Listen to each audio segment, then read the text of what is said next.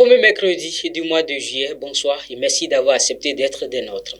La réglementation portant mise en œuvre de la maîtrise de l'énergie électrique a été approuvée ce mercredi 6 juillet en Conseil des ministres qui s'est réuni au Palais de la Marina.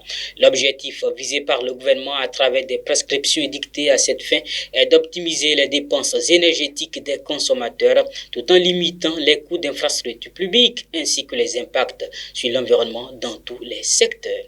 Le même Conseil des ministre a statué sur l'arrêt définitif de l'établissement des cartes d'identité non biométriques. La raison fondamentale évoquée est la non-conformité aux standards internationaux de ces derniers. Pour ce qui sont des cartes biométriques, le délai de traitement des demandes a été réduit à une semaine par l'ANIP. Hors du Bénin, notamment au Nigeria, au moins 600 détenus se sont évadés lors d'une attaque dans une prison de Abuja, la capitale. C'est une annonce du gouvernement ce mercredi au cours d'une conférence de presse attribuant l'incident aux rebelles extrémistes islamiques qui ont sévi hier soir. Selon le secrétaire du ministère de l'Intérieur, environ 300 détenus sur les quelques 600 qui sont sortis de la prison ont été récupérés. À noter que cette attaque est la première dans la ville capitale ces dernières années malgré les multiples opérations djihadistes. Du sport pour terminer, l'Euro féminin de l'UEFA 2022 démarre ce mercredi en Angleterre.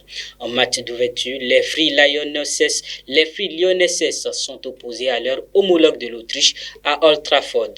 La compétition se poursuit jusqu'au 31 juillet. À noter que ce sont les Pays-Bas qui ont remporté l'édition précédente, c'était en 2017.